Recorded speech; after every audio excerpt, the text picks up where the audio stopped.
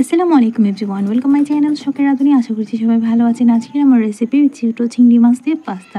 এটা খেতে অনেক মজা হয়, বানানো খুব সহজ। ঘরোয়া কিছু মশলা দিয়ে বানাবো। আর এই পাস্তাগুলো খোলা পাস্তা, প্যাকেট পাস্তাগুলো না। তো আমি ফার্স্টে লবণ দিয়ে পাস্তাটা সেদ্ধ করে রেখে দিয়েছি। এরপরে একটা কড়াইয়ের মধ্যে দিয়ে দিলাম তেল।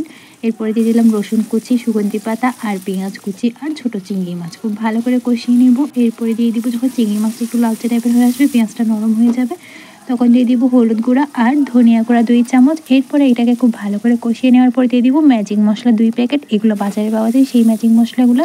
যেহেতু খোলা প্যাকেটের